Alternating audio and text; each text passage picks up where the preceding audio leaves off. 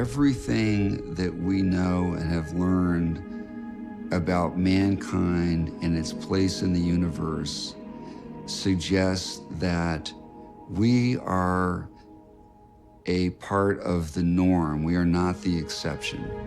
Within the last month, a planet was identified that has water, a mere 110 light years away from Earth. We need to begin to prepare to accept and understand that we are not alone in the universe, have not been at all throughout this time. The same year that life-giving water was discovered on a distant planet, the U.S. Navy made a startling announcement. Well, if there's anything, it's rotated. Images captured by its pilots of objects exhibiting a vastly superior technology were authentic.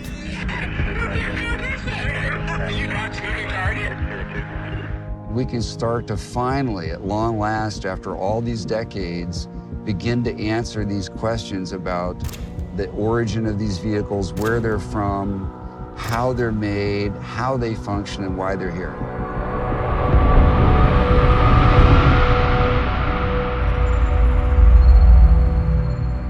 People need to know there is something else out there.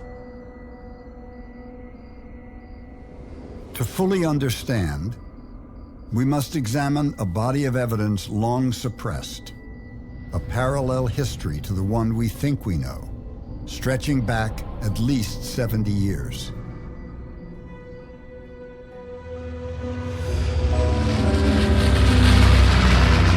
On a clear, sunny day in 1955, William Coleman, a decorated World War II pilot, took off from Miami on a routine flight to deliver a B-25 bomber to an airbase in Mississippi. My co-pilot said, "Look at that bright spot up there. I think it's just a reflection of the sun, a craze probably in the windshield." He and his passengers, two aviation engineers, realized it was a strange object, making a rapid descent right across their flight path. My God, look at that thing. I opened it up to max continuous power. Here we're clipping right along at over 300 miles an hour, right on the treetops. I'm right on the tail of this thing. As we got closer, I said, it doesn't have a tail, doesn't have any wings. Look at the shadow on the ground. The shadow is perfectly round. That's not an airplane. And I said, I'm overtaking it. So I said, hang on. So I'm gonna make a hard turn. There it was, a disc going across the field with two big swirls. What I didn't see was any exhaust, propulsion, no rivet lines, a rounded edge about that size, where it all came together. A true flying saucer. Then it seemed to vanish until they spotted it thousands of feet above them. Bright, yellow, sunnish looking object. It went like a bat out of hell.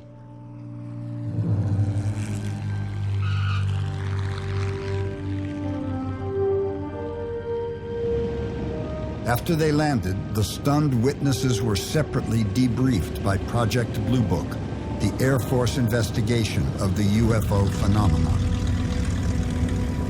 Ironically, a little over a decade later, Colonel William T. Coleman became public spokesman for Project Blue Book.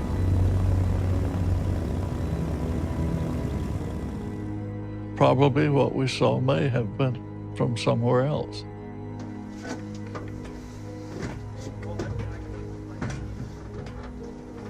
Look, the Air Force is a very deadly being when it comes to intercepting an unknown. If it proves hostile, we're going to shoot it down. Other than that, no problem.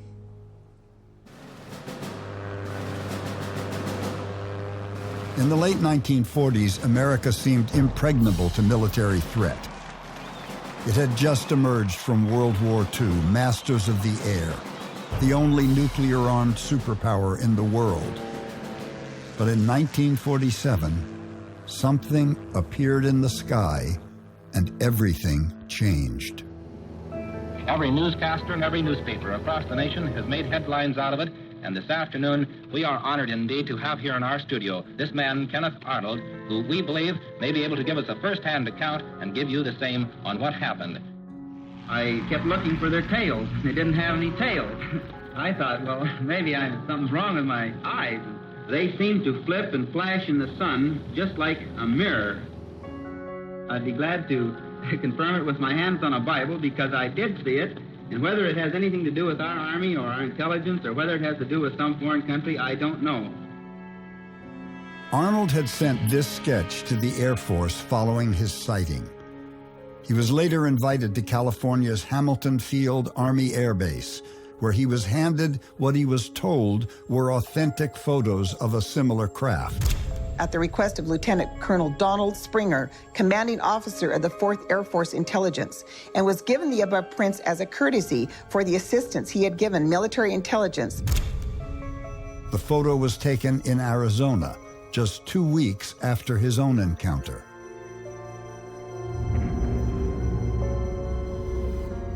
They said that my father's sighting of flying saucers got more attention than the ending of World War II. He was besieged by newspaper reporters from all over the world. Reporters interviewed United Airlines pilot E.J. Smith, who also flew the Northwest route. He joked Arnold had likely been fooled by a cockpit reflection, until he too became a witness a few weeks later.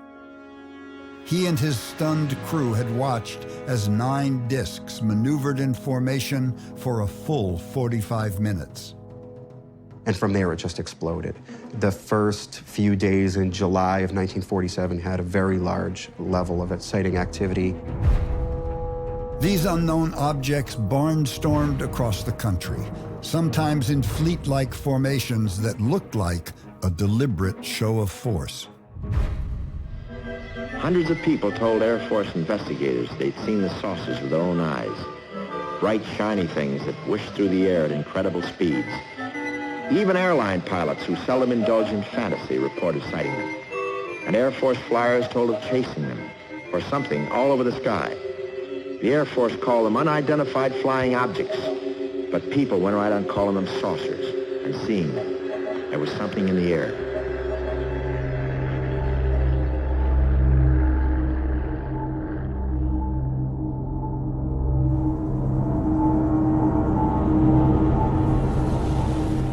Well, the Air Force has the best brains in the country working on it. General Nate Twining, the Air Force Chief of Staff, says that if there are saucers from Mars or Jupiter or some far-off planet, and that there is a people and a world that far ahead of us, he doesn't believe we even have to worry about it. But a then-secret memorandum by the same general suggested that the highest military echelons thought there was plenty to worry about. The memo states, quote, "The phenomenon reported is something real and not visionary or fictitious." It described metallic discs, circular in shape, with domes on top, often traveling in formations of 3 to 9 craft. It also listed aerodynamic capabilities with disturbing implications for national defense, extreme rates of climb, dazzling maneuverability, and a superior capacity for evasive action. A lot of people expected that the United States government was about to confirm, okay, they're ours. This is an exciting new technological advance that we were testing, and now it's time to tell people about it. Occasionally, eyewitness testimony included compelling photographic evidence. Evelyn Trent was feeding her rabbits when she spotted a metallic disc-shaped object floating over their farm. She alerted her husband Paul to grab his camera, and he managed to get 2 shots.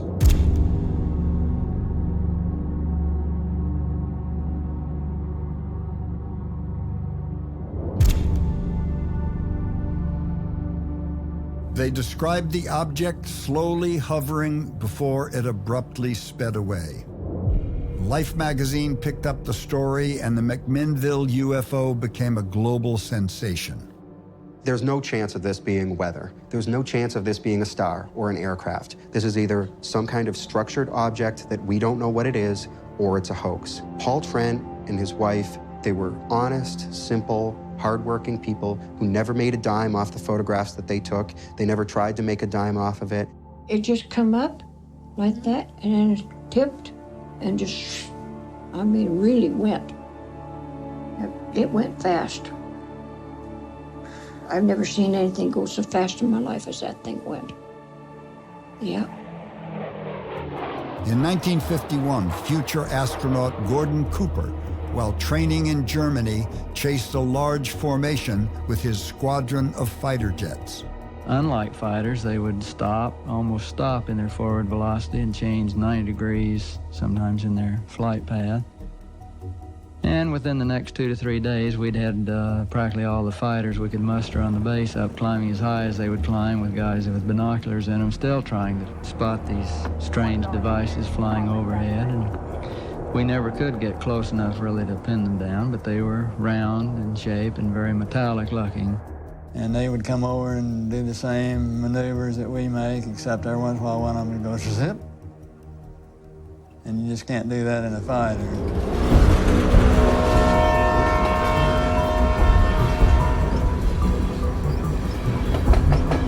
Like two saucers, one inverted over the other.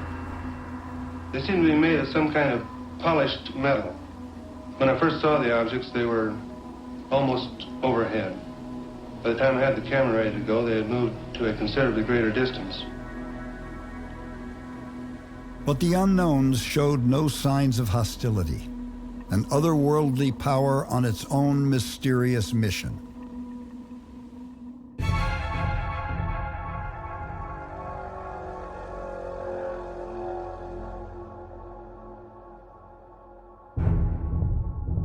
Commercial pilots William Nash and William Fortenberry, former Navy aviators with thousands of hours of flight experience, saw 8 huge discs fly in a stack formation over Chesapeake Bay, Virginia, just a stone's throw from Washington, D.C.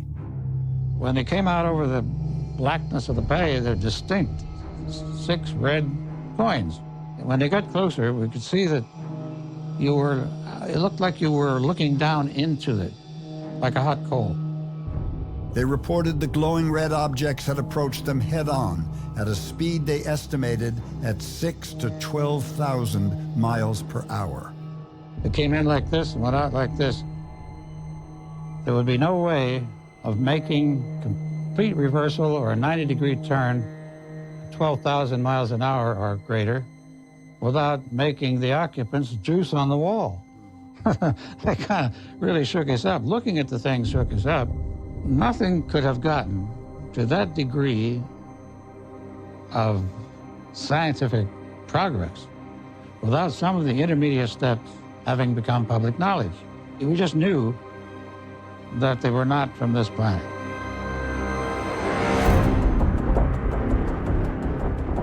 The next weekend, the unthinkable happened. The nation's capital was invaded from the skies. 7 unknown blips suddenly appeared on radar at Washington National Airport. Air traffic controllers at both Andrews and Bolling Air Force bases confirmed the objects as they danced through restricted airspace. Capitol building, the White House where the president lived, these were some of the most important places in the country when it comes to national defense. And there were UFOs violating this airspace, and there was nothing that the Air Force could do about it. F-94 interceptors were scrambled. Pentagon press liaison Al Chop was in the radar room that night. We could see the planes coming in on this radar scope. The minute we saw the beginning of these guys, UFOs disappeared. They just left. They obviously, whatever these things were, had intelligence enough to get out of the area when we had an intercept going in. But the next weekend, it began again. Pilot William Patterson pushed his Starfire jet to maximum speed to try to intercept one of the glowing objects. Flew right into the middle of 3 or 4 of them. Al Chop recalls the pilot's panicky air-to-ground transmission as he streaked at 600 miles per hour into a group of unknowns. He actually said, "They're closing in on me. What shall I do?" It was frightening. The Air Force had just issued orders to shoot down the unknowns if, quote, they can't talk them down. I'm not going to tell an Air Force pilot to fire at the damn thing or anything. I didn't say anything. Nobody said anything. And then all of a sudden, things began to move away from him. And he said, "They're gone." I'm convinced they're solid objects. I'm convinced that they're probably from another planet or from outer space somewhere. I've always felt that way since that night. The very next day, the Air Force's top brass hastily prepared the largest Pentagon press conference since World War II. Seen here in a last-minute huddle, General Roger Ramey, Air Force Director of Operations at the Pentagon. Captain Edward Ruppelt of Project Blue Book, the Air Force's official UFO investigations arm, and Director of Air Force Intelligence, General John Samford. Since 1947, we have received and analyzed between 1,000 and 2,000 reports that have come to us from all kinds of sources. Of this great mass of reports, we have been able adequately to explain the great bulk of them. However, there have been a certain percentage of this volume of reports that have been made by credible observers of relatively incredible things. We can say that the recent sightings are in no way connected with any secret development by any department of the United States. In the Q&A with reporters, Samford suggested a 50-50 chance it could have been radar waves bouncing off temperature inversions. The point that Samford put across all too effectively was that they were not real. They were just tricks of the atmosphere. And atmospheric phenomena can't be a threat to national security. You don't shoot at clouds. The public was pondering the implications of possible extraterrestrial contact. Robert L. Farnsworth, president of the United States Rocket Society, urged defense officials not to permit our planes to fire at any flying saucers.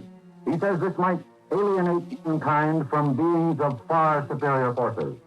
Farnsworth feels that friendly contact should be sought as long as possible. Behind the scenes, the CIA had other concerns. A secret internal memo urged immediate attention to unexplained objects in the vicinity of major U.S. defense installations. I would dare say, if anything happened that we thought was a threat to our national security, somebody out there, one of the services, would respond to it.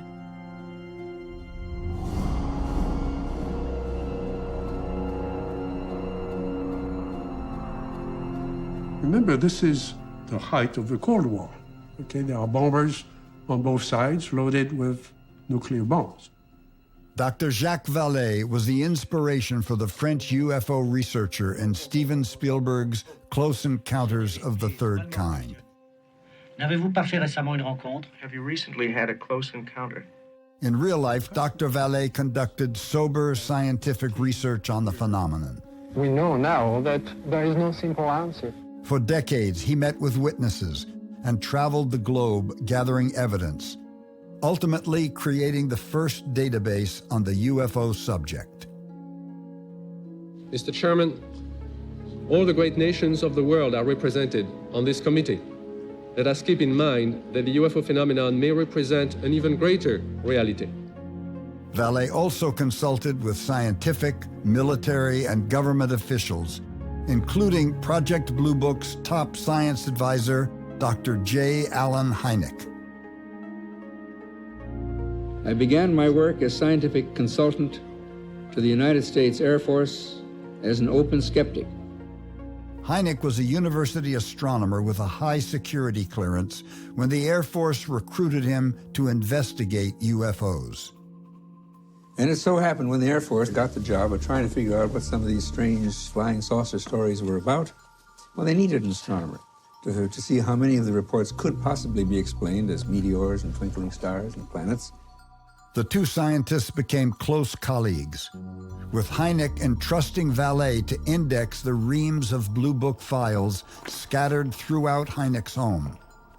It was there that Vallée made a chance discovery of a letter so secret he had to appeal to the chief counsel of the Senate Defense Appropriations Committee to get it declassified. That document changed my life. It taught me that the subject had been taken much more seriously than anybody thought. The document revealed an ultra-secret, highly funded scientific investigation, working parallel to Blue Book, unknown to all but a select few. The letter was signed by H.C. Cross, Director of Exotic Metallurgy at Battelle National Laboratories. These were the people who had analyzed the files with a large budget, with highly competent physicists and computer scientists. Who are these people? What information did they have? Good evening. Tonight we go after a fantastic story. The story that flying saucers from other worlds are visiting our planet, just as we are exploring outer space with our own rocket satellites. Our guest is former Marine Air Corps Major Donald Kehoe in his campaign to prove that flying saucers exist. My name is Mike Wallace. The cigarette is Parliament. Why will the United States government withhold information from United States citizens? For what reason? The Air Force is simply treating the American people like children. They don't trust them with the facts.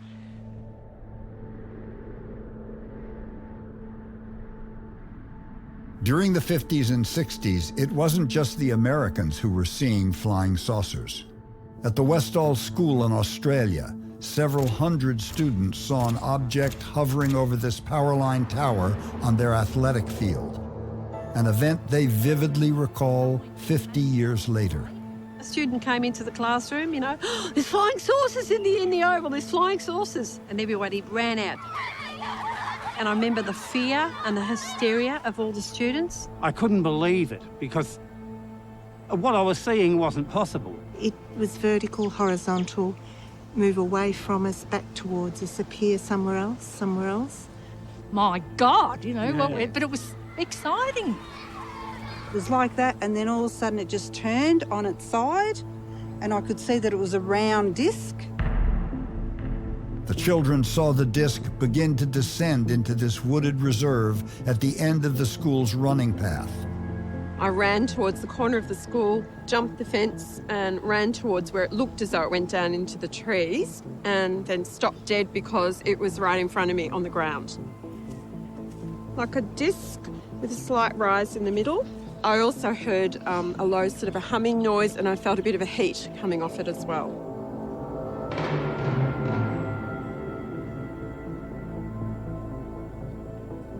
And it started to take off pretty well straight away. It had all bluey purple lights around the bottom. Don't remember seeing any windows. And it took off to about probably 4 or 5 metres in the air and then turned on its side and just went zoom straight up so fast that there's just nothing even nowadays that could go that fast. Shortly after the object departed, the authorities converged on the school.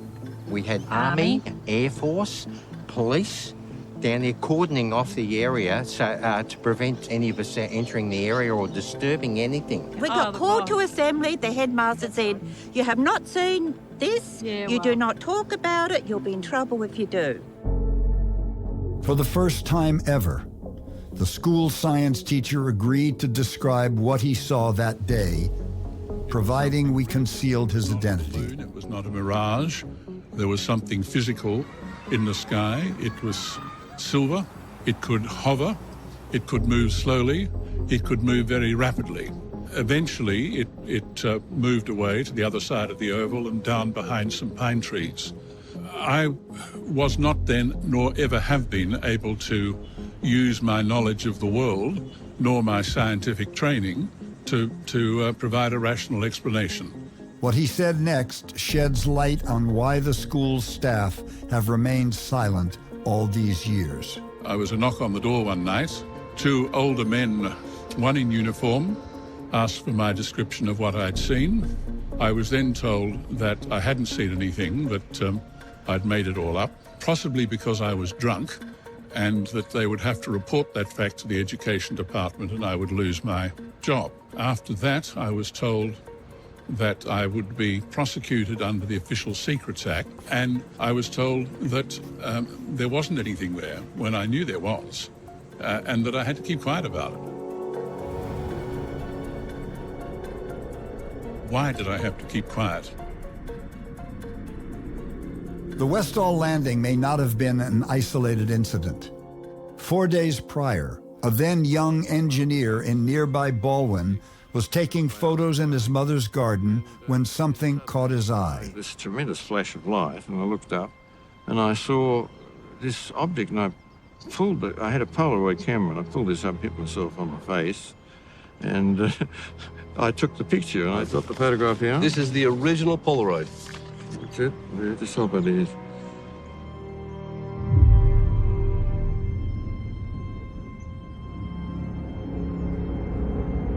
It looked like it was made out of some form of metal, and it was engineered. And being an engineer, I was sure it was. And that's when I took the photograph, and it tipped around and I could see the bottom, and it looked like it was rotating to me.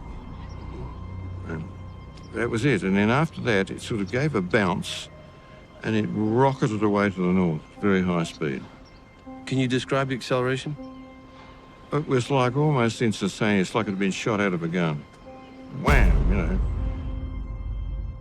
Air Force officers showed up at his doorstep, asking for every detail of his experience. And they also had some photographs of similar things. And they also had a book which had pictures of things in which they didn't leave with me, but nevertheless I had to look through. But they said it was an unidentified flying object. So that was it. You know. What was the implication? That it didn't come from anywhere on Earth. Project Blue Book, with a skeletal staff, continued publicly collecting thousands of cases. Despite efforts to explain them away, hundreds were still filed as unknown. Several reports of a strange egg-shaped object about 200 feet long landing on farms and highways last night in the vicinity of level land. Sheriff Clem says he even himself got a glimpse of the thing, which somehow turned off lights and auto engines when it came near. The object is taken off, almost straight up at a terrific speed. Within 24 to 36 hours after these sightings in Levelland, Texas, at the White Sands Proving Ground, very close to the Trinity test site where they first detonated the first atomic bomb, military personnel witnessed a glowing egg-shaped object that apparently landed. This is Bill Haggard, Public Information Officer, White Sands Proving Ground, New Mexico. What they saw looked like a landing and takeoff of some controlled object from outer space.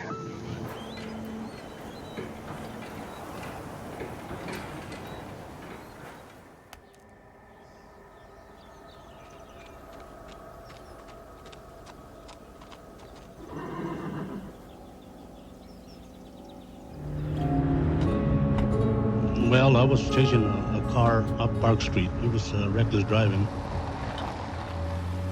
I saw this big cloud of smoke, so I decided to let go of the car and go up there and investigate. By the time I got there, I could see a big white object sitting in the arroyo. I couldn't tell what it was at first.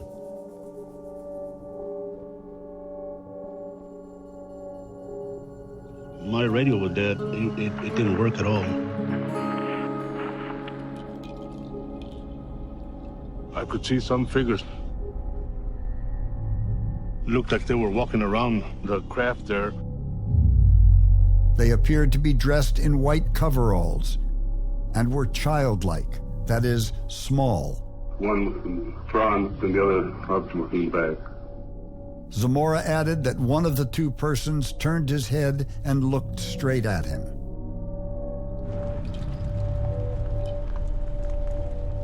When I got out of the car, about 50 feet from it, I guess they saw me because they started their motor or whatever it is. I could see a big blast of fire coming from right under it. So I was behind some bushes there, behind my car. I could see it and I could feel that heat. That really got me scared, you know. A lot of people say, why don't you take your gun out and shoot at it, you know, and that weren't doing nothing to me, so. It just took a little while to get, airborne. Came up a little bit, about 20, 30 feet, and it stayed there a little while.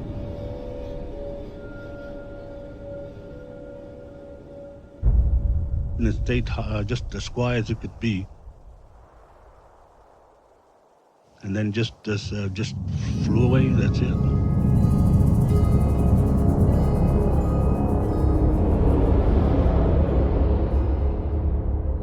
Lonnie was very, very scared. He was as white as a sheet. From here, went directly to the church to talk to the priest, okay?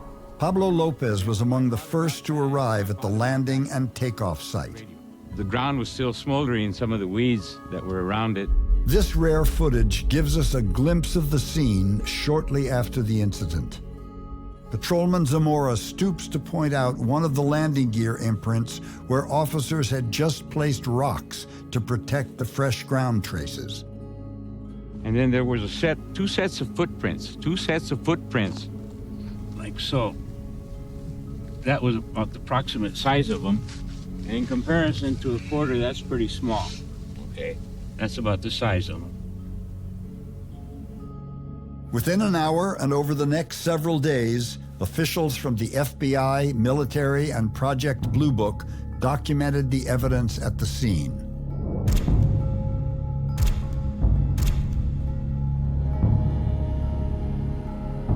Were there any prong marks on the ground or anything like that where you could see where it had landed? There were 4.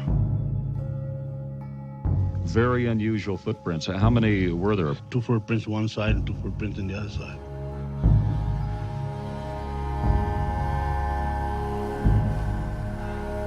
Of course, the burn area there. I was behind my car. I could see it and I could feel that heat. They told me that all over the state they had been seeing some of those flying saucers, whatever you call them. They gave me a book on it, you know, and they told me to go ahead and read it. Well, it says not to say nothing on it.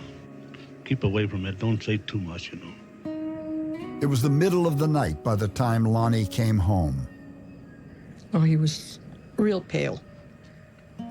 And I thought he was sick. I said, are you sick or something? He said, no. He said, I was just working. He was like he was angry.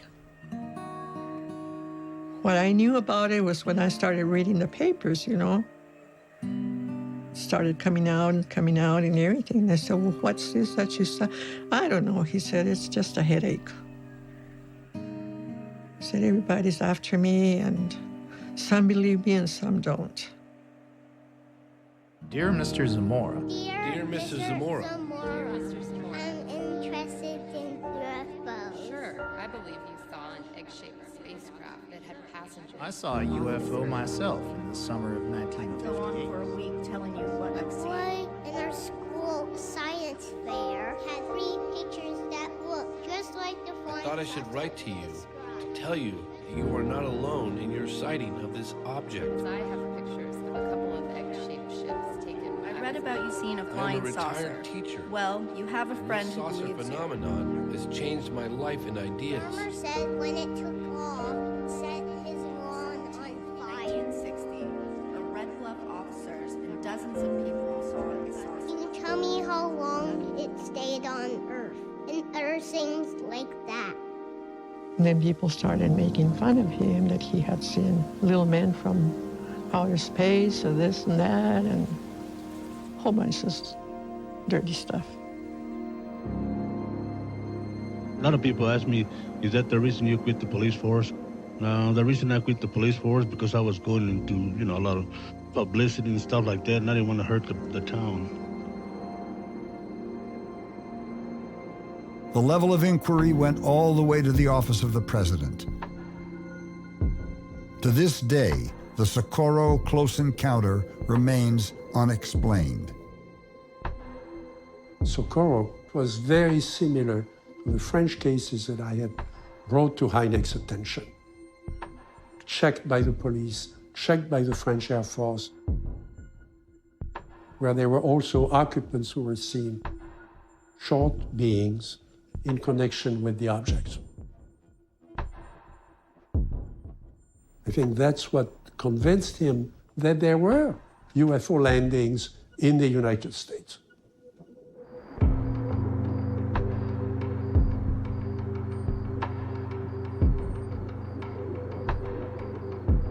It looked like a toy top, somewhat upside down. This is the diagram in which we've come up with. It's more flat here other than round, but it does have the hump up in here. It seemed to move off the ground if it was down. And then we saw 3 lights that went from yellow to red. When we got right up to it, it lit up. I mean, it really became bright, and we could see it, the outline of it real good. Blue Book's Dr. Alan Hynek investigated one of the alleged landing sites with the local sheriff. At an overflow press conference later that day, the world held its breath for an historic revelation about the landings in Michigan. Hynek, by now privately convinced of the UFO reality, struggled to follow the Air Force policy of tamping down public excitement.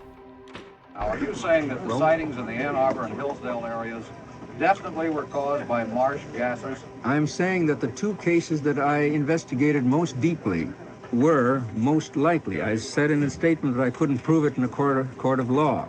In other but words, it you're seems saying then that you don't know what caused it? No, that's not quite right. I think that a person can be pretty sure about something without being able to convict somebody of a murder. Well, can you say? Yes, I do, honestly, in this case. But you can't say without question that this is what caused it. Hynek's strained explanation, which he later called his greatest regret, ignited a public furor. Mr. Ford, what about flying saucers? You've had some in Michigan in the past week. Dave, we've had several incidents that many felt were sufficient to justify some action by our government, and not the kind of flippant answer that was given by the Air Force where they passed it off as a swamp gas. It seems to me that this mystery does require that the Congress take a good look at it. Let them put their record on the line. On April 5th, 1966, congressional hearings were held with Dr. Hynek and Secretary of the Air Force Harold Brown both giving testimony. Mr. Ford has come out. He has a pretty good-sized stature in the Congress. And so, Mr. Secretary, see if you can shed some light on these highly illuminated objects. Mr. Secretary, there have been charges that the Air Force is hiding something in the UFO field. We have not been hiding anything. The investigations have been made public. The hearing this morning was public for just that reason. There has never been any evidence presented to the United States Air Force or discovered by the United States Air Force which would indicate that the UFO phenomenon represents any interplanetary space vehicle of any kind. Amid growing pressure, the Air Force commissioned an outside panel of scientists to analyze select cases and settle the matter once and for all. It was headed by physicist Edward Condon. Dr. Condon, do you hope to find people from outer space here on Earth? Well, I don't know for sure, but we'll try to just study the reports and get as much additional information as we can to see. Would you like to have us being visited by these little or big things? Well, that'd be fine with me, if I hope they're friendly.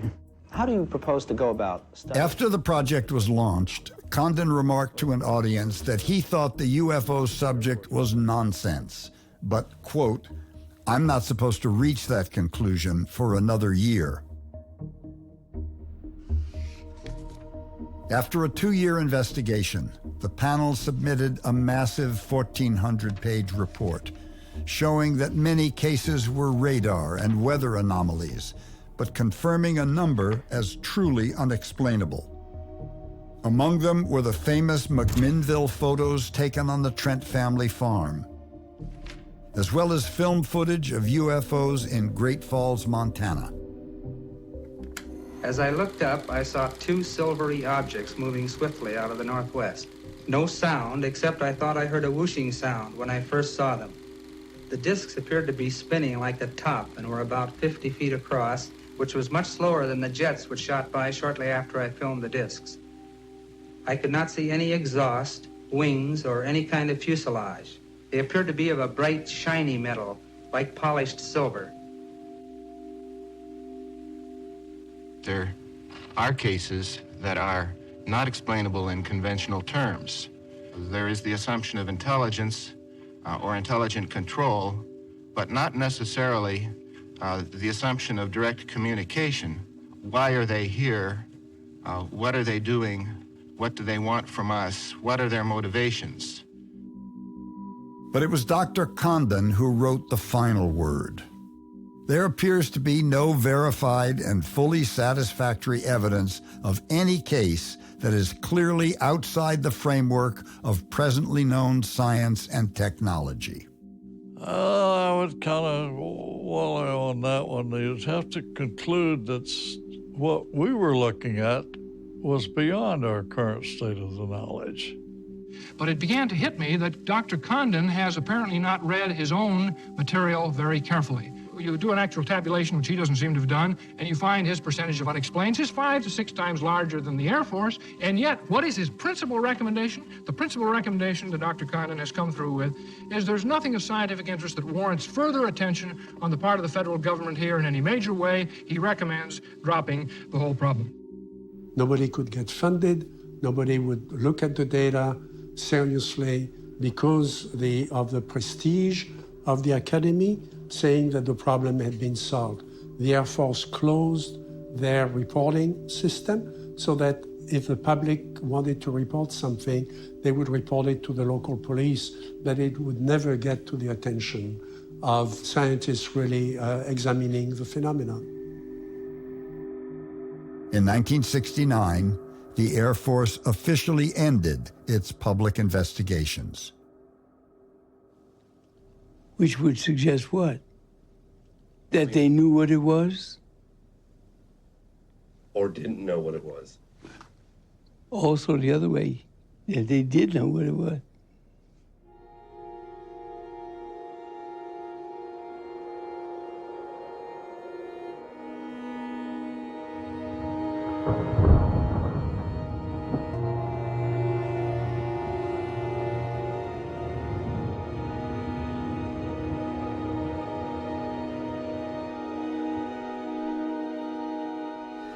One aspect of the phenomenon that was swept under the rug was the pervasive reporting of UFO intrusions at the world's most sensitive military facilities. Details did not come to light until decades later at the National Press Club in Washington, D.C. Declassified U.S. government documents and witness testimony from former or retired U.S. military personnel confirm beyond any doubt the reality of ongoing UFO incursions at nuclear weapons sites. What you have heard here today is evidence of a phenomenon It sounds fantastic, and it is fantastic. In 1967, I was a missile launch officer stationed at Malmstrom Air Force Base, Montana. Malmstrom was America's first line of nuclear defense. Its silos packed with Minutemen missiles, each one nearly 100 times more powerful than the bomb that devastated Hiroshima. Launch officers could, within minutes of confirmation, send their birds arcing 6,000 miles to incinerate key Soviet cities, triggering a war that would end our civilization.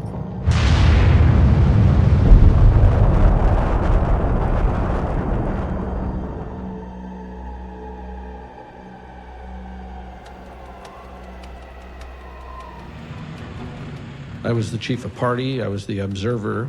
Basically what I was doing was the star observation to provide precise latitude and longitude. On our small three-man team, came from the north and stopped right over us.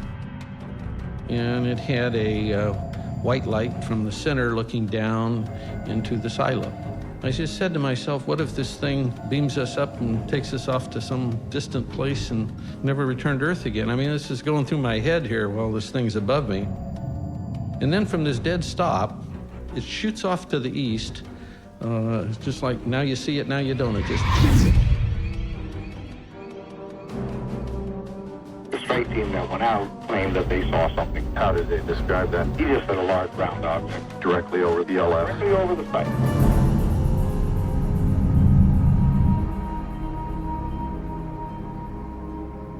Lieutenant Salas was stationed in his underground launch control capsule when he received a frantic call from one of his topside guards. Screaming into the phone saying they're looking a red glowing object hovering just above our front gate.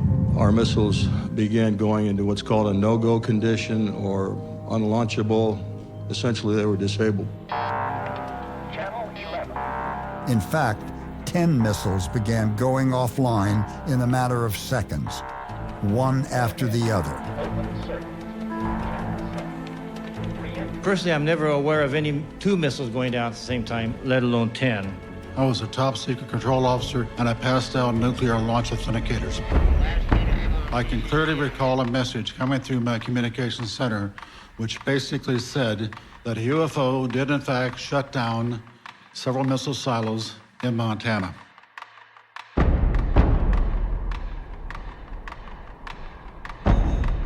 I was on duty at Echo, which is our squadron command post. We had strike teams respond to alarms from the missiles. They were 3 to 5 miles away.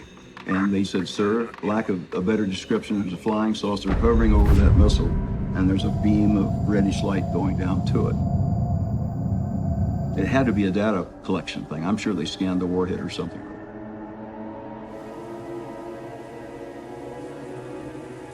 In 1980, I was reassigned from the Pentagon to RAF Bentwaters as a deputy base commander. At that time, Bentwaters was one of the largest tactical fighter ranges in the world. It was also the largest American nuclear bomb storage depot in Europe. In December 1980, early in the morning, several of our security policemen discovered strange lights in the forest. Expecting to find a crashed aircraft, they came upon an unrecognizable object resting on the forest floor. They observed it for a period of time, and it very quickly and silently vanished. 2 nights later, Colonel Halt received an urgent visit from the base security commander. He was white as a sheet. He said, "It's back." He said, "What's back?" He said, "The UFO." I took several security policemen with me. I also had my small cassette recorder I carried everywhere when I was on duty. What is it? We don't know, sir. Yeah, it's a strange, small red light. And all the barnyard animals have gotten quiet now. Deathly calm. This is weird. One object approached us at very high speed. Here he comes from the south. He's coming toward us now. Now we're observing what appears to be a beam coming down to the ground. This is unreal. We stood there in awe. Was this a warning? Was this an attempt to communicate? Was this a weapon or just a probe? Just as suddenly as it appeared, click, it disappeared. We stood there, wow. About that time, we noticed the other object to the south was sending down beams, about a mile and a half away over Woodbridge Base, when we had great difficulties communicating, but we were able to discern that some of those beams were either falling into or near the weapons storage area, and there's a great deal of concern.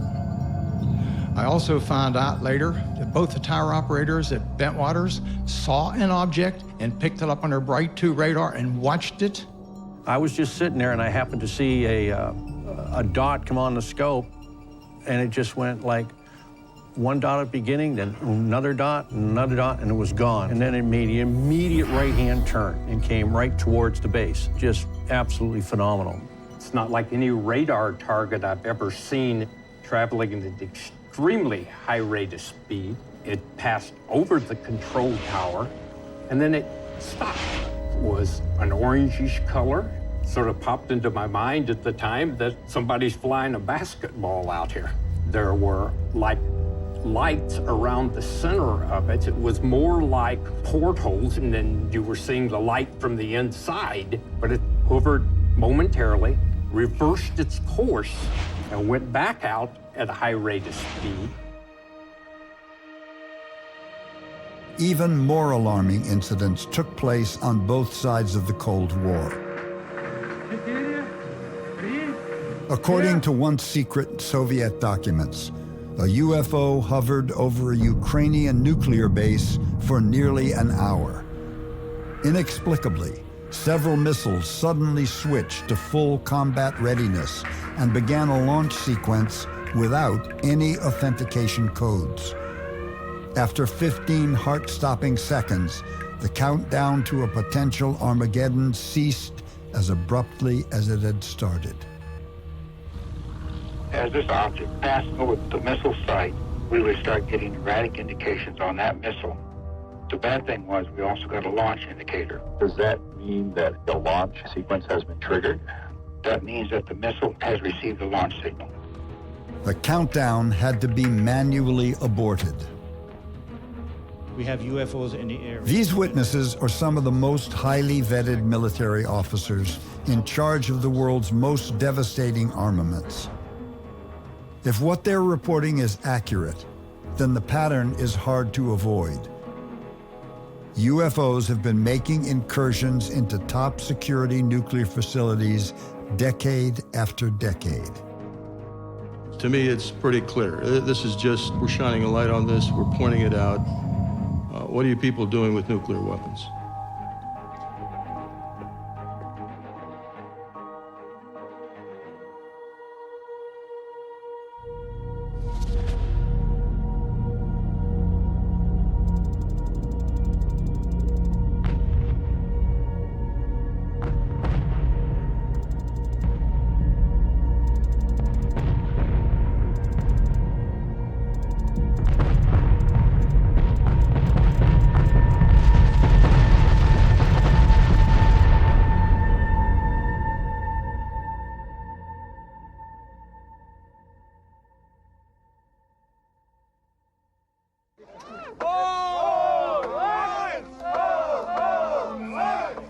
As the 90s dawned and the walls fell down, it was as if humanity itself was demanding to be seen as one people and one world. The Soviet Union had dissolved, and history's spotlight began to shine on long darkened corners. Different officials were looking for ways to open dialogue with the West and embrace all the changes that were underway in their country at the time. This is George Knapp in Moscow, the city many are... Knapp's team was invited to Moscow by government and military officials who were willing to share decades worth of UFO files. General Igor Maltsev, for 7 years commander of the entire Soviet air defense system, recalls a UFO flap over Moscow in 1990. Hundreds of visual and radar observations by military personnel. Maltsev confirms his standing order was, don't fire on the UFOs. March 1991, radar at the Leningrad airport detects first one, then two, then three unidentified objects hovering over a nuclear plant. From a dead stop, the UFO zipped away at 2,000 miles per hour. Jacques Vallée was one of few Westerners to personally investigate the case by meeting with Russian sources firsthand. An object hovered near a nuclear power plant in Voronezh, and a beam from that object melted the asphalt there. The intention was maybe we would be able to find out from the Russians more about what the American government knows about UFOs than we will ever learn from the American government itself. Governor, are you ready to take the oath? I am. When a young, open-minded president was sworn in, one of America's most highly placed civilians saw a chance for a new government transparency on the phenomenon. As a means of access to people, to the wonders of nature. Heir to the power and influence of one of the world's wealthiest families, Lawrence Rockefeller, philanthropist and conservationist, also had a passionate interest in UFOs. His idea was to approach the president with a plea for making available the data that the government had on the subject. The first inclination by particularly people in government is, you gotta be kidding me. You don't want me to risk my career by getting deeply into the rabbit hole of talking about UFOs? And so there's a tremendous resistance. Rockefeller met with President Clinton's science advisor, Jack Gibbons, at the White House and persuaded him to take action. Rockefeller was then asked to pick a case that the White House should attempt to declassify. He chose the 1947 Roswell incident, noting, quote, "Many are convinced that Roswell marks the beginning of government secrecy about UFOs." Jack had actually gone to the Air Force, asked then Secretary Widnall, who was the Secretary of the Air Force, to take a look particularly at the records around Roswell, New Mexico. Dear Colonel Cavett, the General Accounting Office seeks to fully explain the claim that the U.S. government recovered an alien spacecraft near Roswell, New Mexico in July 1947, and since that time has covered up that fact. The Army Air Forces has announced that a flying disc has been found and is now in the possession of the Army. According to my dad, there was a bad thunderstorm the night before, and the next day he was out on the ranch and he found this debris. The disc landed at a ranch at Corona, New Mexico, and the rancher turned it over to the Air Force. Roswell was then home to the world's only nuclear air wing, including the B-29 that had dropped the first atomic bomb on Hiroshima. The base's chief intelligence officer, Major Jesse Marcel, was dispatched to the ranch to investigate. We had to follow the rancher out there.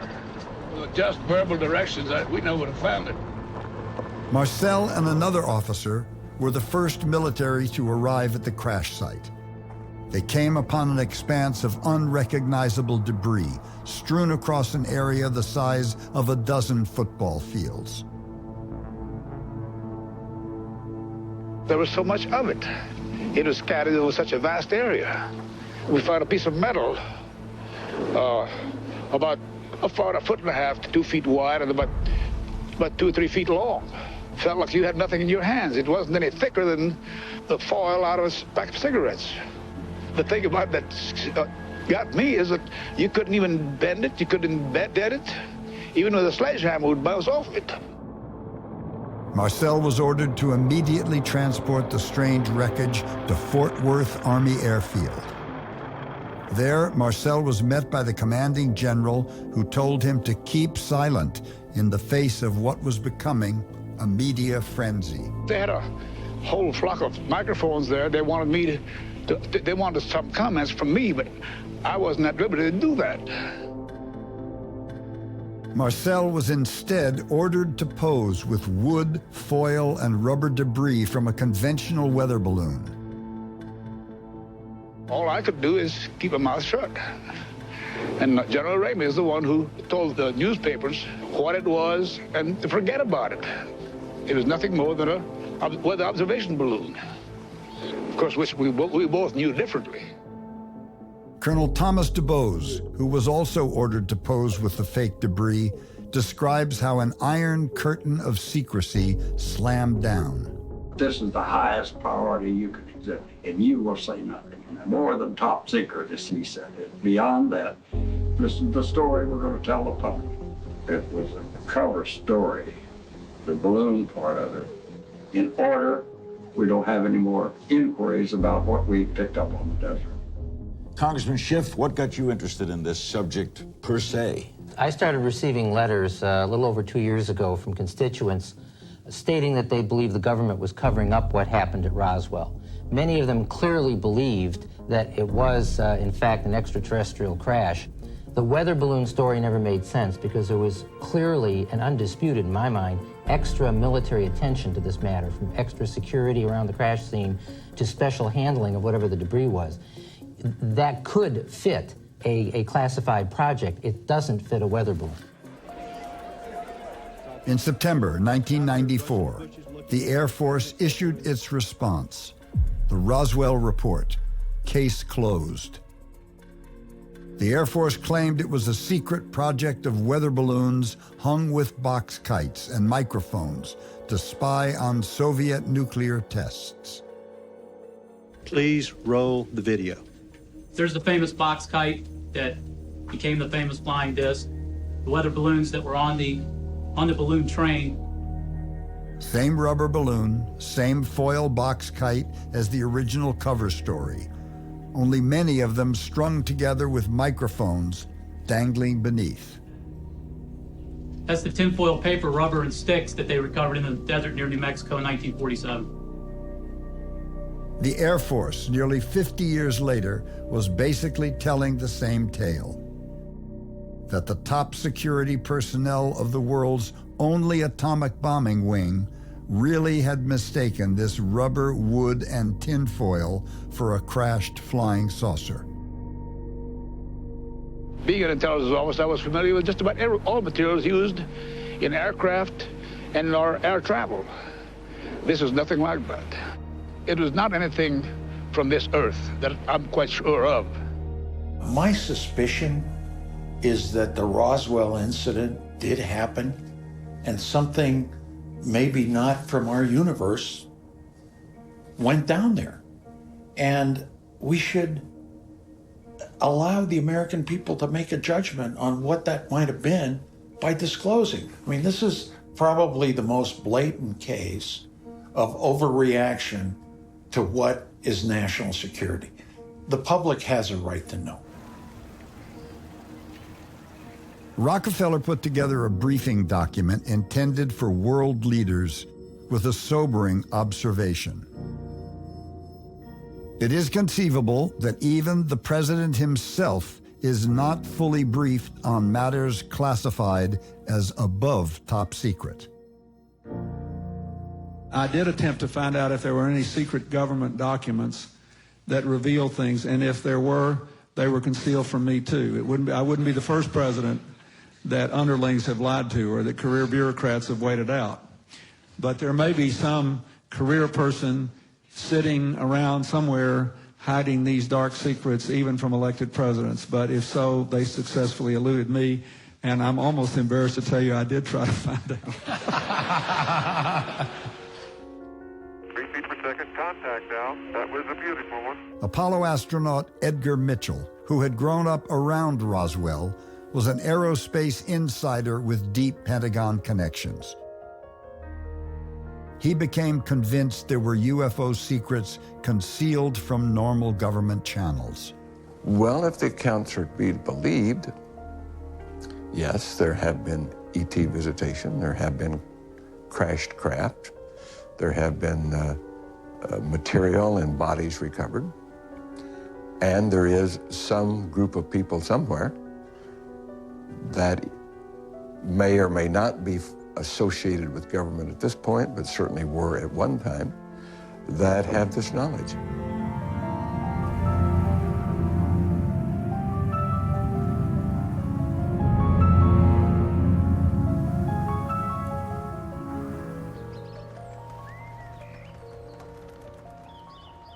No one has proven there's nothing to it.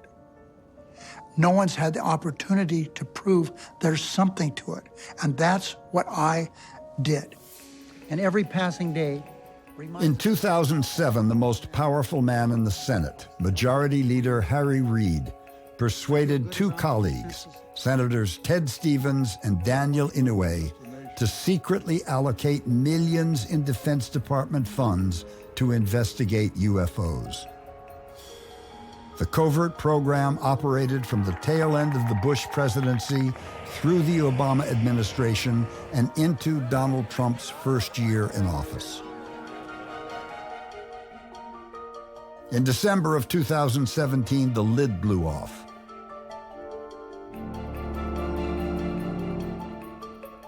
At long last, the government was admitting a modern-day program to investigate UFOs and released startling official evidence, including videotapes from the cockpits of military aircraft. One of the key authors of the Times story was investigative journalist and best-selling author Leslie Kean. She went to Washington to meet with Luis Elizondo, who had just resigned from his position as head of the secret Pentagon UFO program. I was invited to this meeting. They wanted me to meet Mr. Elizondo to see what could happen. Objects that are moving so fast, and yet we don't see an ionization trail in the air, and you don't hear a sonic boom. How is that possible? Another one is... Elizondo's colleagues took her aside to reveal some extraordinary documentation related to the program. I wasn't allowed to take anything with me. I mean, the most important evidence that was shared with me at the meeting regarding the phenomenon itself were the videos. Nickel 6-1 Tango, Roger, brother.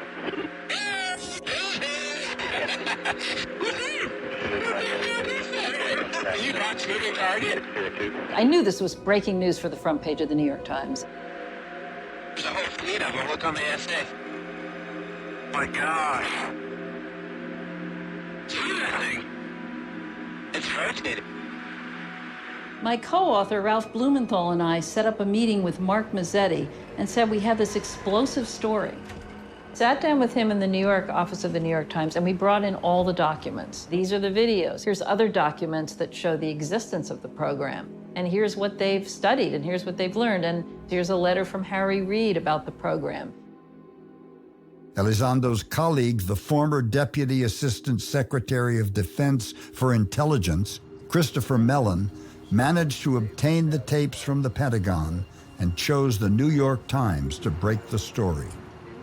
I received the videos, the now famous videos, in the Pentagon parking lot from a Defense Department official. I still have the originals in the packaging.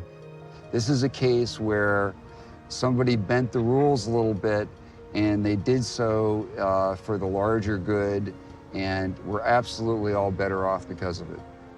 In the end, I have to say I was still extraordinarily disappointed with the New York Times because they focused on this small ATIP program, and the real story, in my mind at least, should have been, these things are real, they're here, this is happening now. One of the Pentagon cases reported by the New York Times was an encounter by naval aircraft about 200 miles off the coast of San Diego, California. 5,500 people that were on the Nimitz in 2004 when this happened, and I guarantee every single one of them knows that this event happened. That's a whole air wing, that's Mount Fuji, that's Japan. Commander David Fravor was leading a training exercise from the USS Nimitz Carrier Strike Group when he was abruptly ordered to investigate an unknown target that had appeared on one of the ship's radar scopes. We're going to suspend the training, we have real-world tasking, so we're like, okay, cool. He and another F-18 Super Hornet, each carrying 2 airmen, zoomed toward the coordinates. So it's myself and my Wizzo, and the other pilot and the Wizzo in the back seat of that airplane, so there's 4 of us. When they arrived, they first saw what appeared to be a large object slightly below the surface of the ocean, with a strange oval-shaped craft darting around in the air just above it. If you picture a Tic Tac that's about 40 feet long, you know, round on both ends, no rivets, no metal, smooth white. It was white. It was just smooth, no wings, no propulsion, no windows. It didn't matter which way it was pointing because as it was moving over the water, it would go, you know, it never turned it never changed its longitudinal axis. It went fore, aft, left, right. It was just doing this. And I said, hey, I'm gonna go check that out.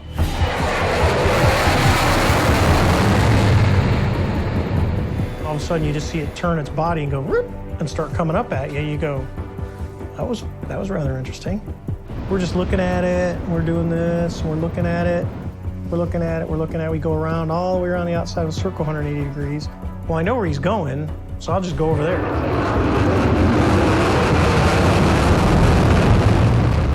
So this thing goes poof, and it's gone. I mean, literally that fast. Gone. You can think about what we're saying, like, holy shit, what the is that? You know, and then there's a lot of, dude, what the? Did you guys see that? Do you guys see it? And they're like, it's gone, we don't see shit.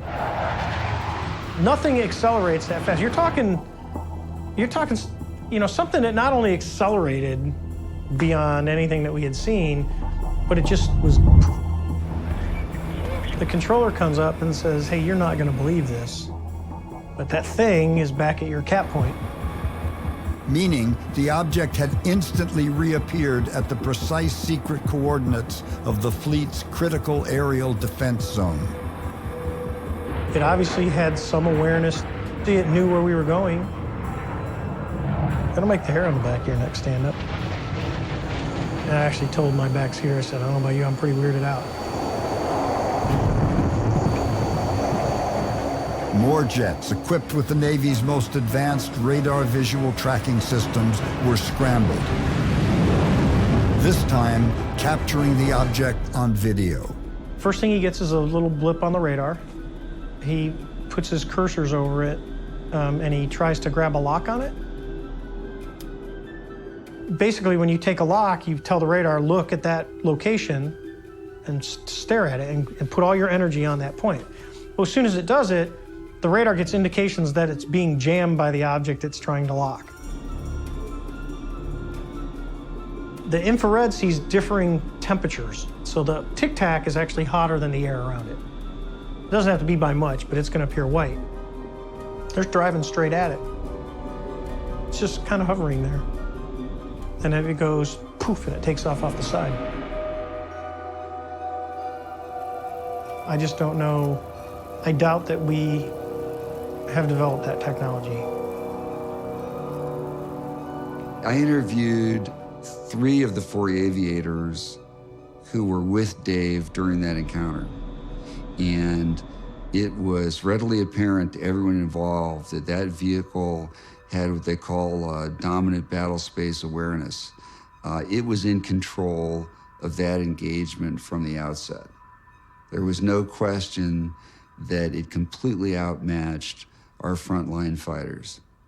I served on the Special Access Program Oversight Committee, so I had access to all of the black programs in those days. We know perfectly well there's nothing like that behind the scenes or even on the drawing boards. Senator Harry Reid, who instigated the secret Pentagon UFO program, confirmed what nuclear launch officers have been reporting for decades. There's more than one up there. UFOs have interfered with our country's most powerful weapons. If they had been called upon by the president to launch, couldn't have done it. Did you have anybody in the Defense Department, the Pentagon, pull you aside, bend your ear, and say, why are you doing this? They did everything they could to stop the program from going forward. They gave the person that came to me initially such a bad time. He's fortunate to have hung on to his job because people tried to get rid of him because they wanted nothing to do with this. The Defense Intelligence Agency was one of the worst. They drugged their feet, even though there was one of their senior scientists thought they should look at this. And remember, all we're saying, nobody has to agree that why it's there, but shouldn't we at least be spending some money to study all these phenomenon? Shouldn't we study this stuff? The answer is yes. And that's all this was about. And why the federal government all these years has covered up, put brake pads on everything, stopped it. I think it's very, very bad for our country.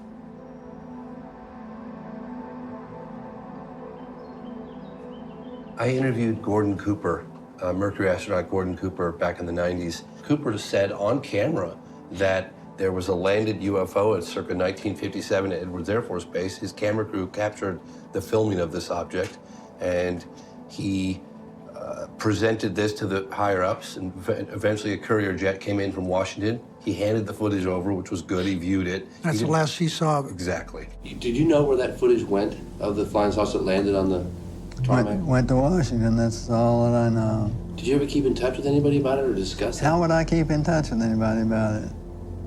There's no way within the military or within the government of keeping track of something that is classified. Did you try to go after stuff like this?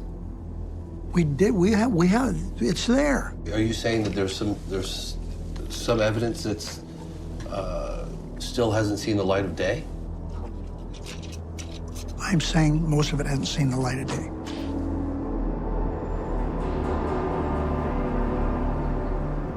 Astronaut Cooper had spoken with the president at a cabinet meeting. He raised this with Secretary Cohen, and then Cohen's office called me and asked me to pursue this and chase it down. The Air Force colonel that I spoke with got very frustrated, and when I asked him what happened to all of these records, he said, well, that was all cleaned up or thrown out to save space, something like that. That sounded ludicrous, but that's what he told me. If there is some recovered debris, say, it is so deeply buried and squirreled away that it's outside of those normal oversight processes, and that's where there's a problem in this area.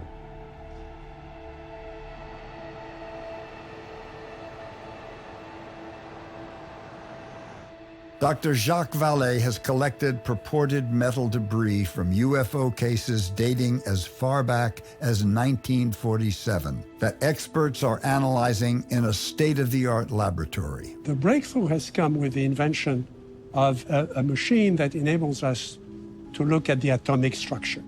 And at that point, the atomic structure is impossible to fake. This device is a multi-parameter ion beam imager. Dr. Gary Nolan, a Stanford microbiologist, is using a revolutionary three-dimensional imaging device to analyze the samples right down to their individual atoms. When Dr. Nolan placed some of the fragments in the vacuum chamber of his instrument, he was astonished to find their composition was unlike any known metal. Just one spot, and the isotopic composition all the way across. No matter where he looked in the sample's jumble of elements, whether magnesium, iron, nickel, or titanium, the ratio of isotopes didn't make any sense. If you're talking about an advanced material from an advanced civilization, you're talking about something that I'll just call it an ultra material, right? It's something which has properties where somebody is putting it together, again, at the atomic scale. So we're building our world with 80 elements. Somebody else is building the world with 253 different isotopes. I intend to use the information to try to build something, to try to understand a physical principle that we don't know today. This material was manufactured. It's not natural. It's not natural to the materials that we have around us in the lab or on the Earth. It does not mean that it was necessarily made someplace in outer space. It just means that it was manufactured specially for a particular purpose that we don't understand, and we want to understand it.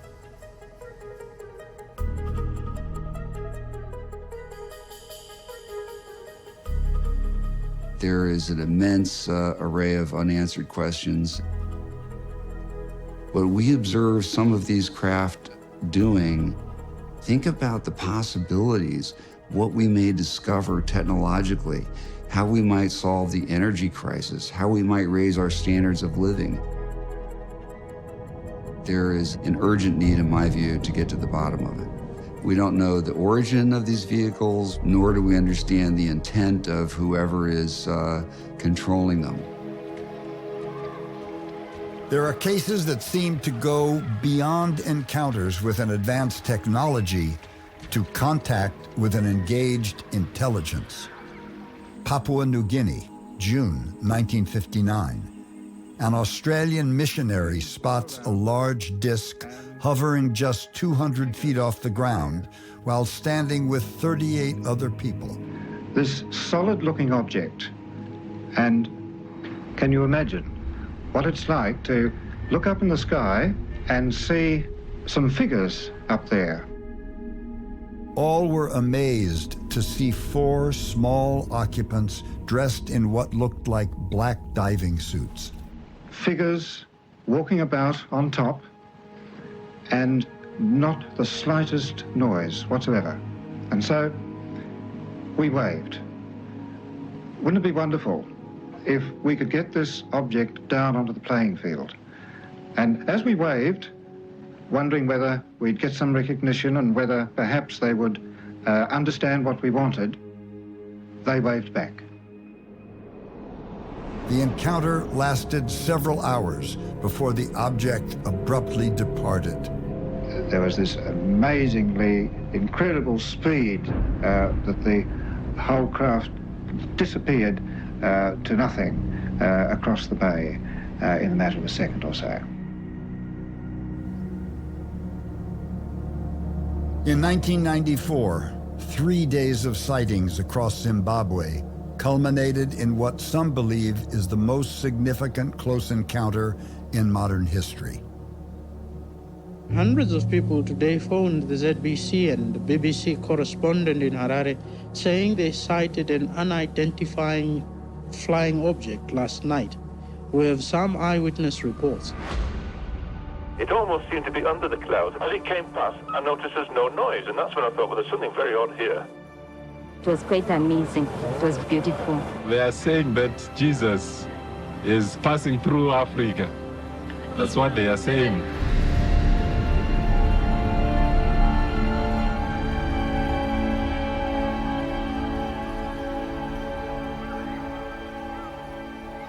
We interviewed about 64 children in front of the camera.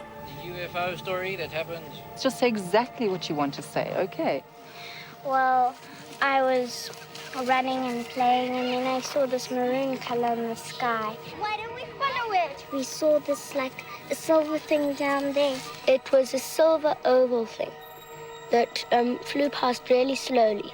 I saw the bigger one and a spaceship, like 4 or 5 of them. It was red, green, and yellow. There was this big ship. It had these lights, these patterns, and it flew. I thought, no, it's not a UFO. And then I looked carefully at it, and I thought, maybe.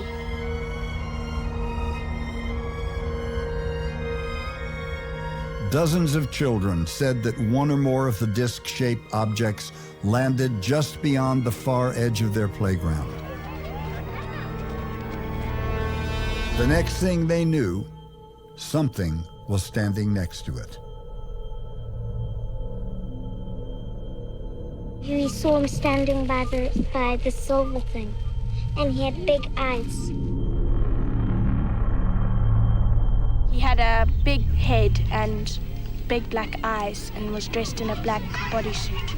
They were wearing pure black. And I came down and I saw the funny man with his eyes here, and I saw a spaceship, and there were a few little ones around it.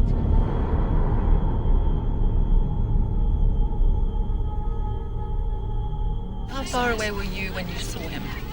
Not very far, about a meter away. A meter away, that close? Yes. And how big was the figure? It was about as big as a grade 6. I believe that the children did see something. I believe them because normally children don't lie.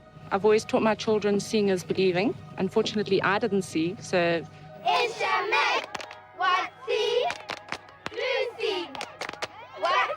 This alleged encounter caught the attention of Pulitzer Prize-winning Harvard psychiatrist Dr. John Mack. Seemed that he was looking at all of us. What did it feel like when he was looking at you? Felt scared. It felt scary? What was scary about it? Well, felt scared because I've never seen such a person like that before. And I saw this person, and it had big eyes. That's all I saw about it, big eyes. They had short legs and quite a long top, with a big head and eyes that are bigger than ours. How much bigger than ours? 4 or 5 times the size. 4 or 5 times the size of ours. So then I was looking at him, right? Yeah. Then he was looking at me back. How could I just keep on looking at him, so I had to stop and I looked sideways. But I was looking straight into his eyes. Well, he never said anything. It's just that the face is the eyes. Maybe they're trying to communicate with us, show us something which we don't know about. I think they want people to know that we're actually making harm on this world and we mustn't get too technologized. We don't look after the planet, and all the trees will just go down and there will be no air and people will be dying. Is this an idea you have had before, or did this idea come to you when you had this experience? When I had this experience. For the first time in nearly 20 years, the Ariel school children gathered from the 4 corners of the world to talk to each other about the experience they shared that September morning. I remember something there. One they all still struggle to understand. You know that it's moving, but I stand by what I saw. There was no reason for any of us to make that up. I've not spoken to anybody about it. Not because I'm not proud of it, but because I don't want the stigma. So it's something that I've had to deal with for 19 and a half years. I don't want to say I felt like I knew it, but I knew that I didn't have to be afraid of it. They took us back to the moment of contact. No, exactly how I felt, exactly. The details still seared into memory.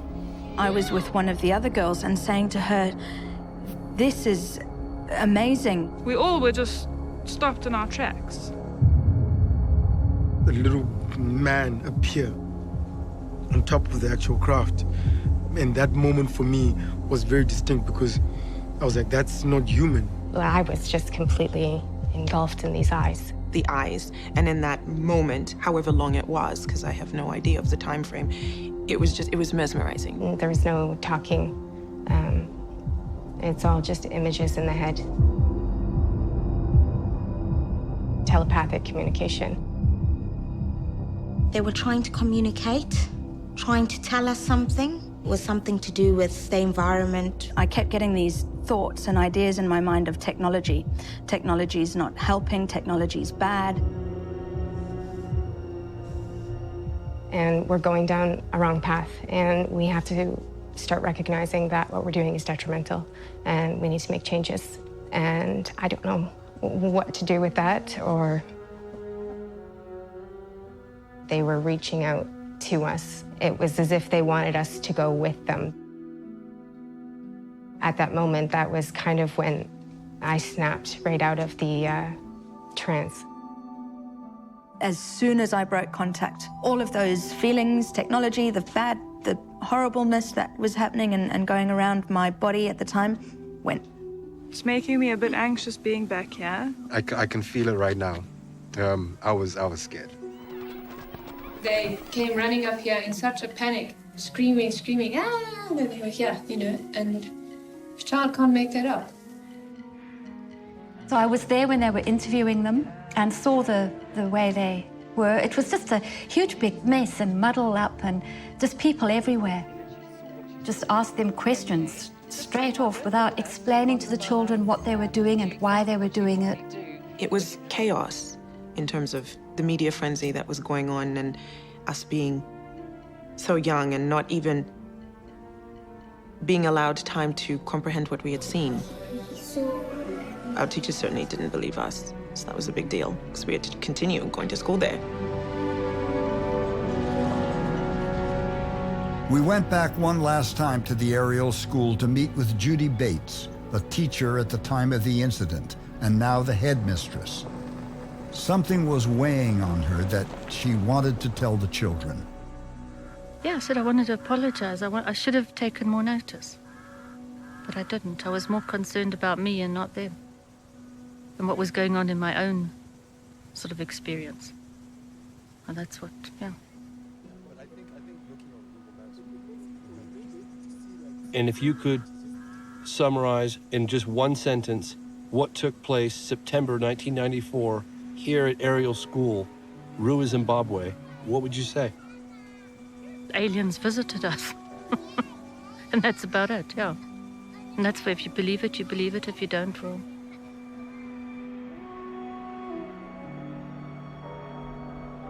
We find ourselves confronted with something that challenges our very understanding of reality. We may be sharing this fragile blue-green oasis with an unknown other. One with a mysterious relationship to humanity and its own interest in our world. And if you saw him again, what would you do? I'll ask him what is he doing on Earth and what does he want with us.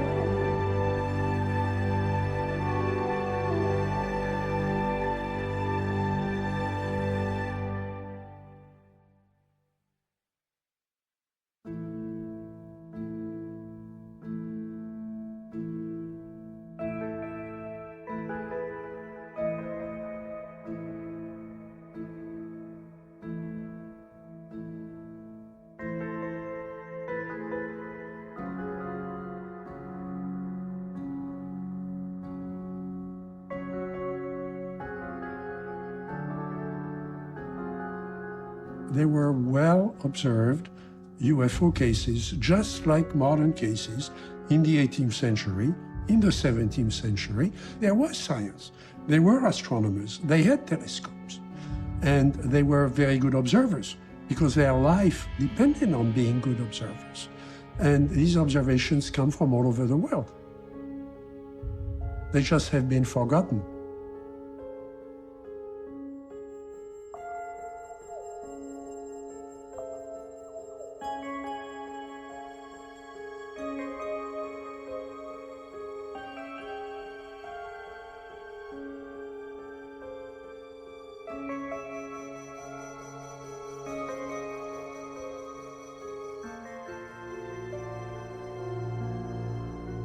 I like to think of anomalies, mysteries as opportunities.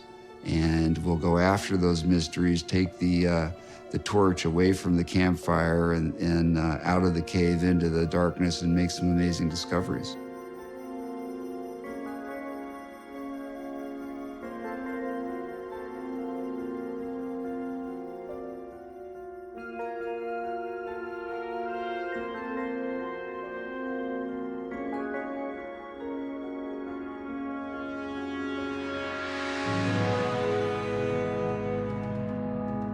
The UFO phenomenon, as studied by my colleagues and myself, bespeaks the action of some form of intelligence.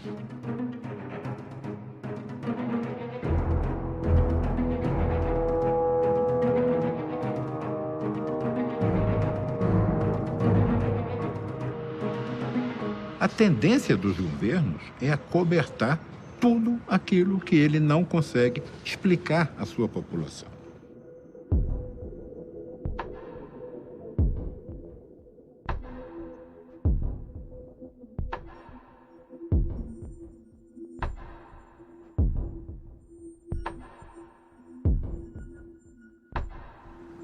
These objects gave the impression that they wanted to be seen. With these enormous spotlights, there was no way that they were trying to hide. So why? That is the main question. Why do these objects want to be seen?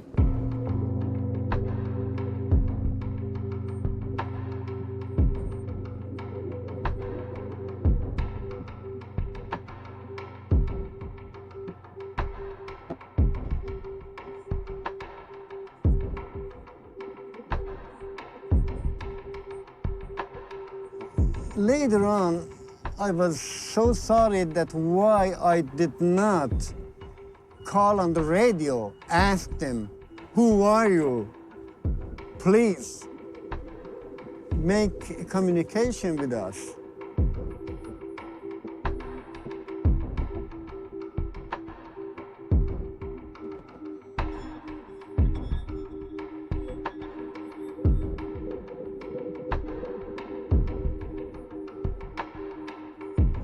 I figure if they're smart enough and capable enough to come into our airspace with the technology that they have, if they wanted to do us in, they could have done us in a long time ago. So I'm not fearful of this at all.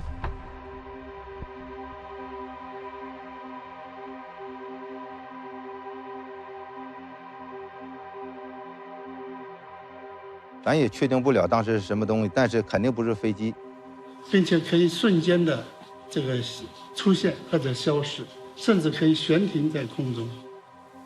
我觉得如果这样公开于世界的话，会极大的促进世界人类的科学技术水平的发展，有利于人类的进步，这是一件大好事。